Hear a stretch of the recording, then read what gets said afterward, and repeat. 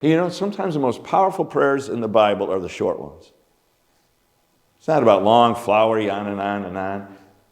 God certainly knows their situation. Jesus certainly knows their situation. They're living a hard situation again, which they didn't sign up for, and they're really feeling as much this isolation. And it's a very simple prayer. Jesus, Master, have pity on us.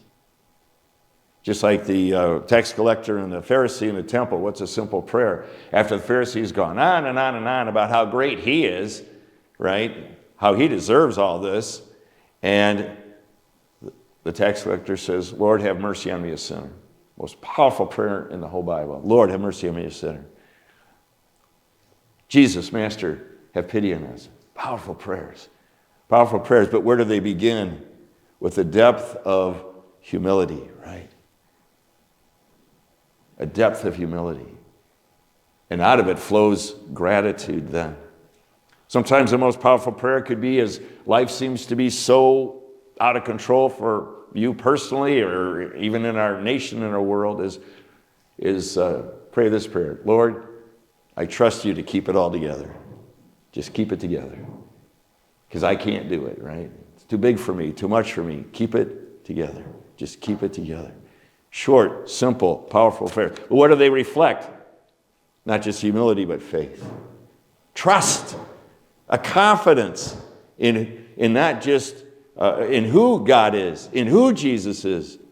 A great confidence and trust in who he is. And that's where it all begins in terms of then a rhythm of faith and gratitude. Jesus in his very probably calm, controlled way just says, go show yourselves to the priests. And as they went, they were cleansed. And I'm sure they were feeling it. Okay, they were feeling it. It wasn't just like, oh, the skin is whole again. I imagine that they actually felt the healing. A lot of times when we have healing, it just heals. You don't necessarily feel it, but they felt the healing. It happened as they went. They went to the priest so that the priest, according to the Mosaic law, would say, you are well, you are clean, you can return to your family. You can even go to Jerusalem to the Passover now. I mean, just think what they've been missing out on. You can do all those things now. The family gatherings, the community gatherings, the national worship gatherings. What a great blessing. And as they do so, they have great joy. And I believe even for the 9, gratitude, we're not going to try to figure out exactly what all their thoughts were, but they did as Jesus said. Now this is the one difference, and Jesus points it out to us to teach a little bit of a deeper lesson. Because I know God has answered a lot of my prayers that I'm not so sure I've always been go back to him and thank him for. I was glad to get out of the bind situation. It's like, oh boy, God came through, and they just kind of moved along. But one man who we find is a Samaritan acts. He does. And his act is an act of worship. Remember, it all begins with a faith, a trust. But notice he recognizes in Jesus something greater and deeper. One of them, when he saw he was healed, came back praising God in a loud voice. He threw himself at Jesus' feet and thanked him, and he was a Samaritan. Now, throwing yourself at Jesus' feet is worship. It is not, and he's recognizing that Jesus is the Son of God. There's no question about it. His heart has been turned, his heart has been changed. He went from this humility of leprosy to the joy of being healed, but it's reflected in his offering thanks.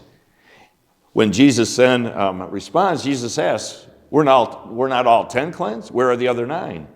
Has no one returned to give praise to God except this foreigner? Then he said to him, rise and go. Your faith has made you well. You know, it's interesting how faith and healing go together. That's true for us too. Faith and healing do go together. It's throughout Jesus' ministry. And he's acknowledging that this man had a faith. Even as they call out to Jesus, they all have a confidence. Jesus, Master, have pity on us. But this man, in a deep way, really understands it. He really gets it. He comes back, returning to give praise to God. And then he's going to go back to his family and to his life and all those other blessings. It's interesting when Jesus says, rise and go, it's the same word used for resurrection. Same word, rise. Rise and go, your faith has made you well. Being lifted up. See, that's what Jesus does for us, even in the midst of those challenging situations.